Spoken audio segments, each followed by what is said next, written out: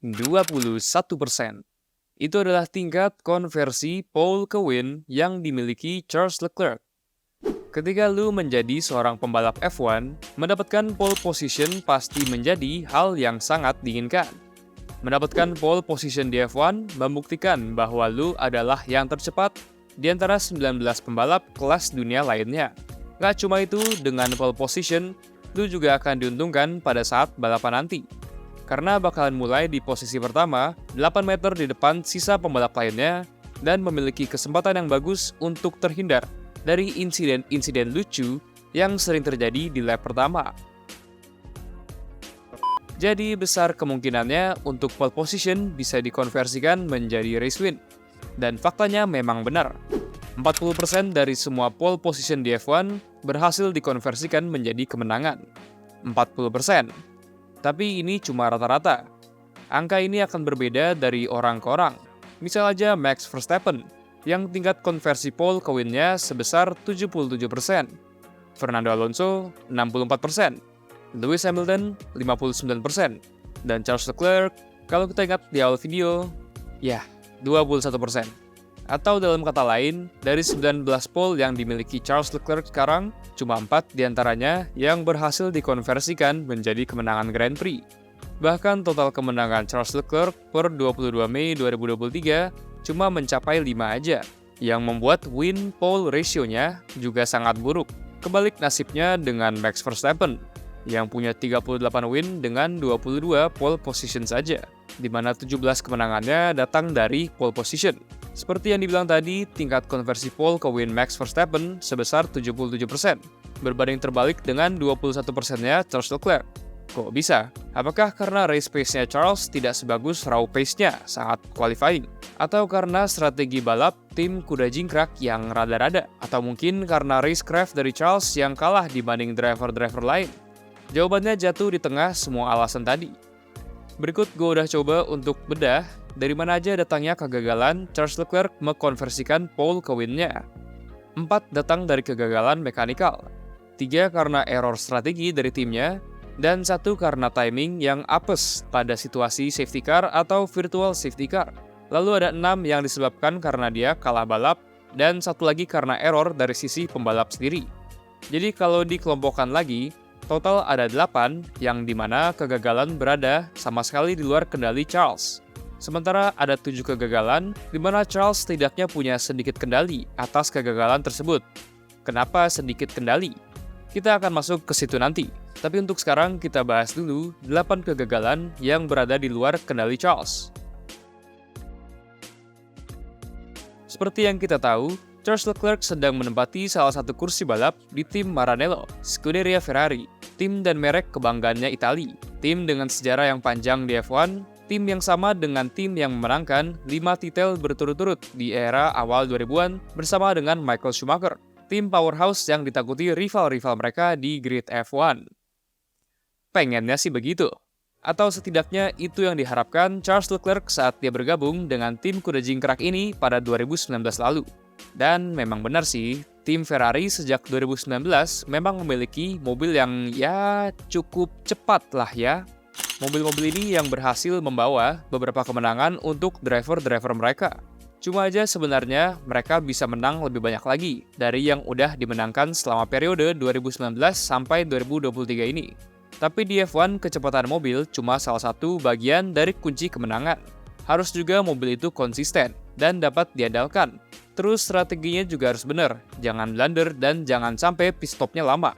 Masalahnya adalah Ferrari sepertinya jarang bisa menjahit semua komponen kemenangan tadi ke dalam satu pekan balap secara bersamaan. Pasti ada aja masalahnya di tiap pekan balap. Satu minggu mesinnya meledak lah, minggu depannya blunder strategi, terus minggu depannya lagi strategi udah bagus, pit stop udah bagus, mobilnya malah kurang pace. Pasti ada aja masalahnya. Udah nggak tahu berapa kemenangan Ferrari dan Charles Leclerc yang hilang gara-gara alasan-alasan lucu tadi. 7 dari 8 kegagalan yang berada di luar kendali Charles tadi ternyata berada di dalam kendali timnya sendiri. Ferrari. Dan sisanya cuma 1 dari 8 yang terjadi karena adanya VSC di saat yang tidak tepat. Bentar, kalau dipikir-pikir, waktu itu VSC-nya juga keluar gara-gara Sebastian Vettel sih. Dan itu pun karena dia harus melipir setelah Ferrari-nya mogok di Rusia 2019. Ya, sepertinya 8 dari 8 adalah karena Ferrari. Oke, kita next aja. Kalau kita lihat balik ke tampilan tadi, kita bisa lihat lagi kalau dari 7 balapan, di mana Charles memiliki semacam kendali terhadap kegagalan untuk mengkonversikan pole menjadi win, cuma satu yang bisa dibilang murni kesalahan dari Charles atau driver error. Sisanya dia cuma punya sedikit kendali terhadap kegagalan konversi pole menjadi win tersebut. Kenapa dibilang cuma sedikit kendali? Karena kegagalan-kegagalan ini terjadi karena kurangnya race pace yang dimiliki Charles dan Ferrari-nya, dibandingkan dengan pasangan driver dan mobil lain. Karena kalau bicara soal race pace, kita nggak bisa cuma lihat drivernya aja. Race pace adalah kombinasi dari apa yang bisa diusahakan oleh seorang driver dengan apa yang bisa diberikan oleh mobilnya. Kalau mobilnya emang nggak punya race pace, walaupun pure pace saat quali-nya bagus, drivernya juga nggak bisa apa-apa. Kalau udah ngomongin race pace sebenarnya jadi sangat ribet, karena di dalamnya harus menimbang juga tingkat penggunaan ban, setup yang udah dipilih sama driver di hari sebelumnya, dan juga kecocokan gaya mengemudi dengan karakteristik dari sirkuit yang berbeda-beda. Di tahun 2022, mobil Ferrari terkenal sebagai mobil dengan tingkat penggunaan ban yang inferior dibanding rival utama mereka Red Bull. Ini pastinya sangat mengefek terhadap race pace yang bisa diekstrak oleh pembalap-pembalap Ferrari, dengan tetap mempertimbangkan kondisi ban. Di sini kita nggak bilang kalau kekurangan race pace Charles datang dari mobilnya aja. Seperti yang dibilang tadi, race pace adalah gabungan antara driver dan mobil. Makanya susah kalau kita mau melakukan komparasi antara race pace driver di tim yang berbeda. Yang bisa kita lakukan adalah melihat perbedaan pace yang dimiliki antara Charles dengan rekan setimnya di Ferrari. Walaupun Charles gagal mengkonversikan pole-nya menjadi win pada 6 balapan ini, tapi dia tetap finish di depan teammate-nya, dan dengan jarak yang lumayan juga. Sayangnya 4 dari 6 balapan ini terkena efek restart safety car di akhir-akhir balapan, sehingga jarak finishnya kurang representatif. Tapi secara umum, kita juga lebih sering melihat Charles Leclerc memiliki race pace yang lebih bagus dari teammate-nya, dan sangat jarang kita melihat kebalikannya. Dan kedua teammate Leclerc di Ferrari gak bisa dianggap remeh juga. Mereka udah terbukti lah kecepatannya. Jadi apakah masalah Charles balik lagi ke mobil Ferrari-nya yang kurang kompetitif saat balapan? Bisa dibilang iya. Tapi tunggu, sebelum kita kembali menyalahkan Ferrari lagi dan lagi, sebenarnya ada satu alasan lagi yang menyebabkan banyaknya kegagalan konversi pole menjadi win dari Charles, yaitu Charles Leclerc terlalu cepat di kualifikasi. Lah, kok bisa? Kecepatan di kuali terus malah jadi masalah. Tunggu dulu.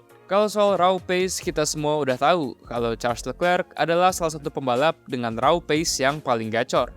Dia berhasil menjadi pole sitter termuda kedua sepanjang sejarah pada balapan keduanya aja untuk Ferrari. Dan dia justru mendapatkan pole position lebih dahulu di karirnya dibanding Max Verstappen, yang baru dapat pole pertamanya 10 race setelah Charles. Bahkan pada musim debutnya di Ferrari, Leclerc mengalahkan 4 kali juara dunia Sebastian Vettel dengan rekor kualifikasi 12-9. Dengan teammate lainnya di F1 juga sama ceritanya. Dengan total qualifying head-to-head agregat yang dimenangkan oleh Charles 74-36. Dengan cepatnya Charles di kualifikasi, seringkali dia menemukan dirinya berhasil kualifikasi di posisi yang terlalu bagus. Contohnya di Azerbaijan 2021, ketika dia berhasil mendapatkan pole position, tapi pas datang Grand Prix-nya, terbukti kalau memang mobil Ferrari di tahun itu tidak layak untuk berada di depan dan terlewati oleh mobil-mobil yang memang seharusnya di depan. Iya, di 2021, di mana kejuaraan dunia sedang panas-panasnya dikonteskan sama Max Verstappen dan Lewis Hamilton. Ferrari itu cuma sekedar karakter sampingan aja di kejuaraan 2021. Tapi nggak tahu gimana caranya Charles Leclerc masih bisa mencuri satu pole position di musim itu. Jadi sekarang Charles harus gimana? Kalau Ferrari secara terus-menerus gak bisa menyediakan mobil yang bagus buat pembalapnya dan mengeksekusi balapan mereka secara baik, maka statistik tidak diinginkan ini bakalan tetap dipegang oleh Charles untuk waktu yang lama. Charles Leclerc adalah salah satu pembalap dengan talenta yang paling besar di F1. Bahkan menurut gue, dia bisa dimasukin ke dalam bracket yang sama dengan Max Verstappen. Tentunya dia masih jauh dari perfect, karena masih ada retakan-retakan dalam performanya seperti di Prancis 2022 dan Imola 2022. Tapi gue yakin dengan lebih banyaknya pengalaman, dia pasti bisa memoles performanya di sirkuit dan memberikan tantangan yang serius untuk memenangkan kejuaraan dunia di F1. Tinggal kita tunggu aja, kapan Ferrari bisa membawakan mobil yang kompetitif lagi untuk Charles. Atau sampai kapan Charles bisa sabar dengan Ferrari sebelum dia memutuskan untuk pindah ke tim yang lebih kompeten. Oke, itu aja yang mau gue sampaikan untuk video ini. Kalau kalian ada yang pengen disampaikan, langsung aja, jangan segan-segan komen di bawah. Dan mungkin kita bisa diskusi bareng di bawah. Selain itu, kalau kalian suka video ini, jangan lupa untuk meninggalkan like dan subscribe supaya kalian gak ketinggalan video-video berikutnya dari Ngobrol F1.